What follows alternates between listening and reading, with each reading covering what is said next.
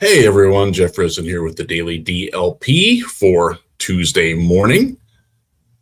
Happy Combine, everyone. I'm here in Indianapolis.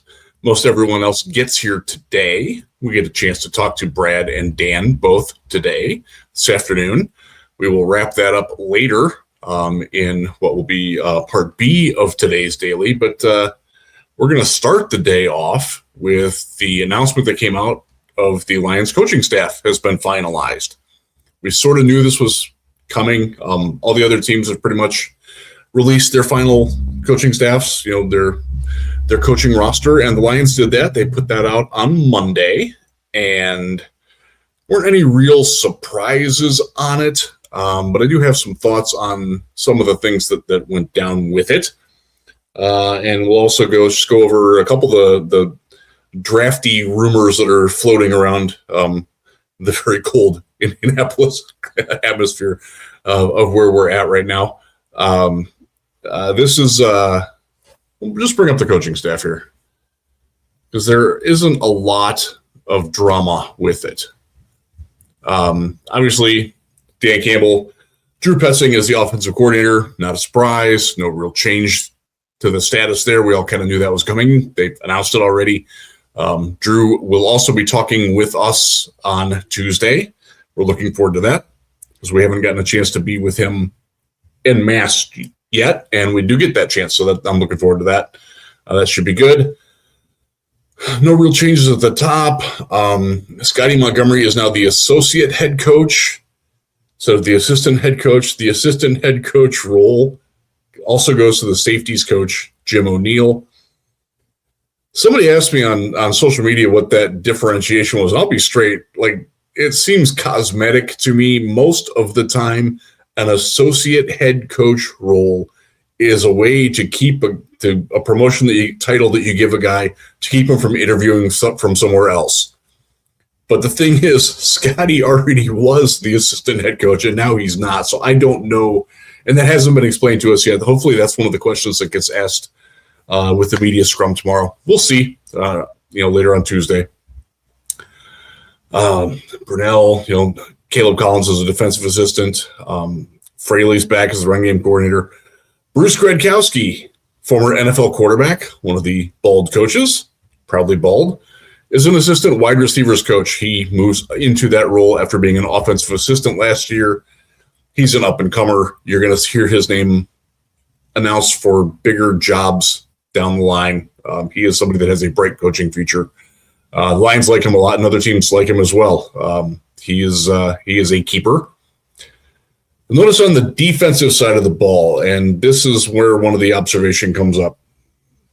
Everybody's back. No changes, other than O'Neill's title changing just a little bit, but they're keeping the staff the same. They're running it back, and there are a lot of folks who have some anxiety is not even the right word for it. It's more enmity. They wanted blood for the relatively poor defensive performance. And I can respect the fact that the scheme certainly wasn't optimal, but I will say that you go back to the first, and I hate to keep banging on this, but it feels like people don't really process it. Into the bye week, when the secondary was healthy, this was a top 8 defense in both scoring and yards per game. It was working. And then the injuries hit, and then it wasn't. And I will say, again, the last 2 games where Kelvin Shepherd mixed things up, where he got away from doing what he had been doing. They changed their fronts a little bit. They changed the way that they had been attacking in coverage. They changed the blitzes. They modified things to suit the talent that they had on hand. That showed me that he's got a lot of potential as a rookie coordinator to go through that. With the head coach had to deal with the offensive mess that was made because he made a poor hire in John Morton. Yeah, I'm good with bringing that back. Defensive line coach, that's one area where I wondered if there was going to be more turnover because that's been an area. Oh, well, the Lions have just had it just hasn't worked. Whatever they've tried throughout his time hasn't worked. But it's back again. So we're going to hope that Casey Rogers has a better second year in Detroit than he did in his first year, because he didn't have a great first year. Although I will say, again, at the end of the season, I thought his work with Tyleik Williams and Roy Lopez started to show, and you saw more benefits coming out of that, more results. A couple of names that are on here that are a little bit of a surprise, maybe just a little bit. Dan Skipper, we didn't know what title he was going to be given. He is the offensive assistant. He is effectively taking Gradkowski's spot. It's a non-specified coaching role. I suspect that it will be much like he did at the Shrine Bowl, where he's working with offensive linemen and tight ends. But there are any number of minor coaching duties that he will do along with that. Film room stuff, that kind of thing. You'll see Skip doing that because he is he just retired. I think that he'll get along with the players very well, and that will be sort of his role, as well as to be an intermediary between the coaching staff and the players. Not that this staff has any hostile, this is a family, and they don't really need special help with that. But Skip is a way he will have trust from both sides there, and I think that is an invaluable asset. The one that gets me, David Shaw is back as the passing game specialist. He was the passing game coordinator. I don't really know why David Shaw is still here, what that role, what that title of pass game specialist means. Look, he came with John Morton, who, by the way, is back in Denver at his old job that he left to come to Detroit. And didn't do well in Detroit, to be kind. Shaw is his best friend. They're buds, man. They go way back. They have coached together before in Denver. That's where Shaw came from as well. So I think one of the questions that we hope to find out this week is, what exactly is David Shaw still doing? What did he show in 2025 that merits a return in 2026? That's a very fair question to ask of this Lions regime, because if he is with Morton and is associated with Morton, there's not a lot of good with that. Maybe they want to give him a shot at redemption. I don't know, but I don't get it. Frankly, why he's still here, and I'm not really sure what that role is. I wonder, and this is, again, I just wonder, thinking out loud here, I don't know that this is the case. I wonder if this is, they're doing a solid to a really good man, hoping that another team will come pluck him away during the season or right after the season. But I don't know if that's what it's going to be. The teams actually do that. Yeah, they do. We've seen it before. It's not terribly common, but look, David Shaw is a very well-respected coaching entity and name and man. And while I don't think anybody would have faulted the Lions for firing him, and I certainly would have not had an issue with it at all, I just hope that it's not this weird situation where they're going to let him, this is what Mike Kafka is here for. He's your passing game coordinator. I hope he's not answering to Shaw. I hope that he's not, I don't know.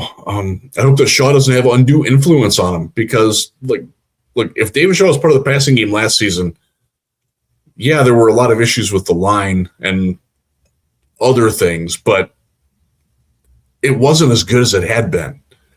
And while Morton seems to be the only fall guy thus far, I don't know about this one.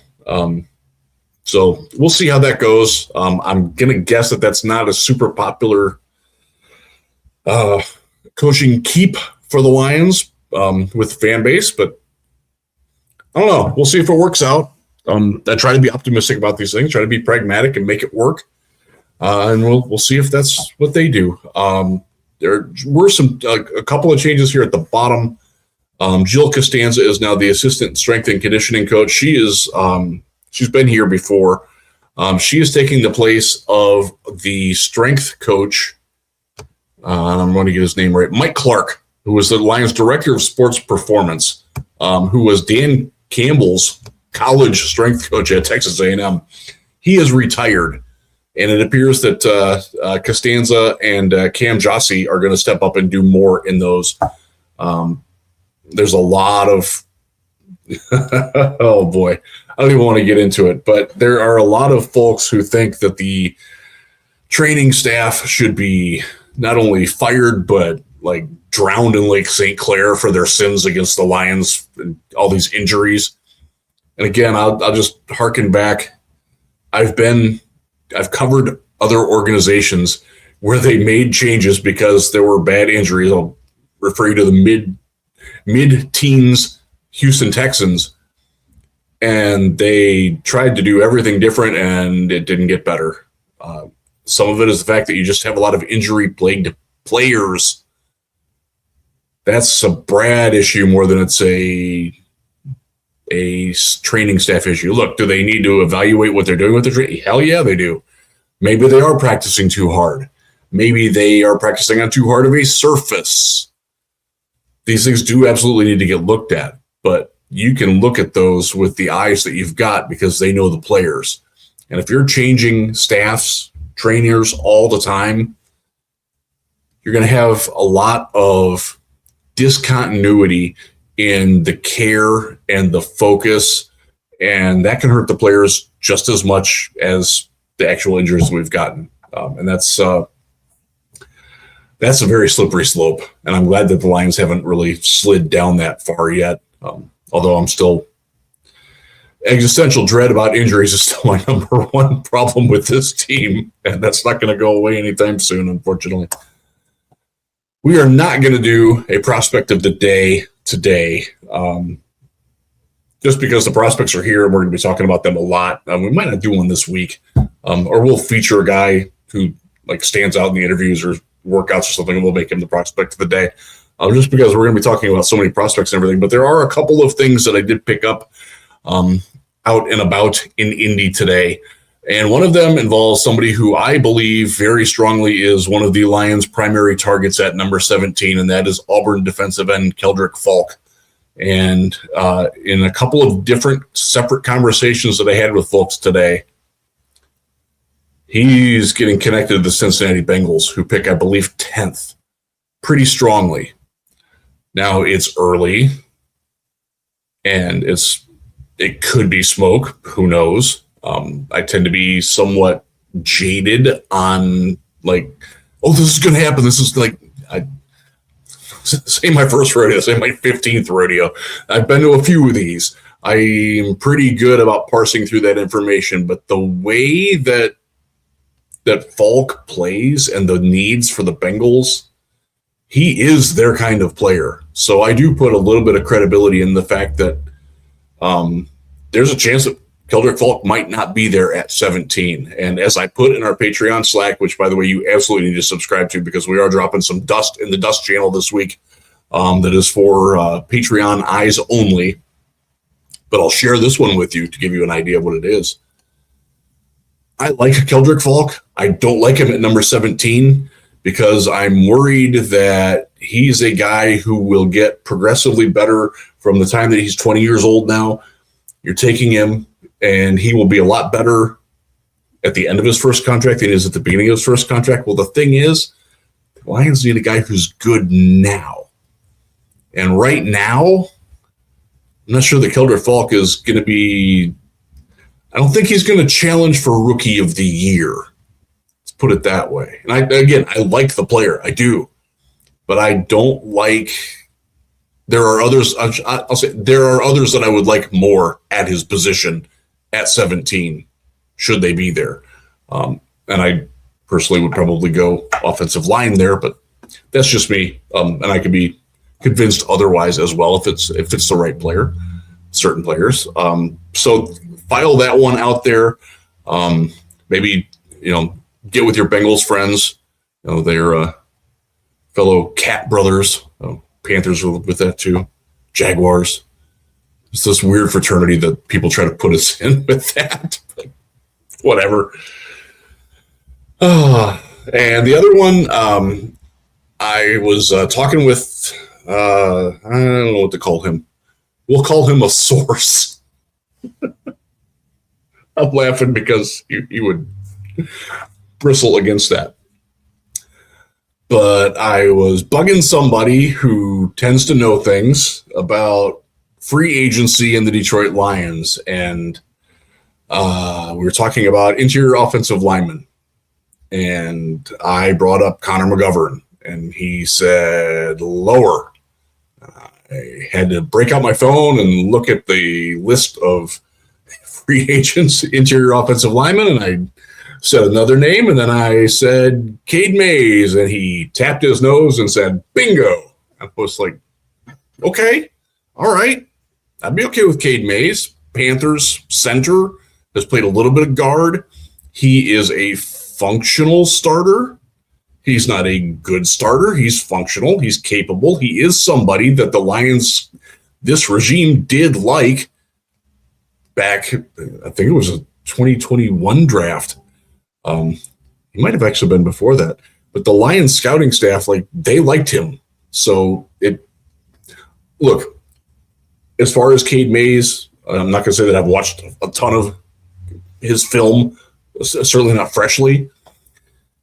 I think he's a little bit better than Graham Glasgow in the run game. That's, again, not saying a lot. But in the pass game, you might be taking a little bit of a step back. For as much as we've chastised Glasgow, he did a fairly good job of keeping Jared Goff upright. You didn't see a lot of him getting run over. And most of the leakage came on the shoulders of the guards, Mahogany and Ratledge, more than it came on Glasgow. Now, he's in the middle of that, but he can only take one side of it. So that would be one. He would be a more budget-friendly option, so that's a name to know. Again, I don't know that that's going to happen, but that is a name that has been connected. So we'll just throw that out there. As far as the Tyler Linderbaum, again, there are 31 NFL fan bases who think that Tyler Linderbaum is going to be their starting center in 2026. The one that doesn't is the team that had him last year, the Baltimore Ravens, who are apparently the front runners to get Connor McGovern based on the scuttlebutt that's floating around here. I don't know. I got to grab more of these things, but that's how we're going to end this show. We will get back. I will record later today with my thoughts after all the press conferences that are on with the Lions. I do have a couple of other duties that are going on as well. One of the things that we do while we're here, we have to transcribe the interviews. And I, as a PFWA member, that's one of the things I do. I'm getting better at it year by year. And it's nice to have the service because then we can see what other people did when we're not at the interviews. So that's what's going on with that. Until then, this is Jeff Risden. We will sign out. And you know what, guys? Please be good to one another. It means a lot to me. Thank you.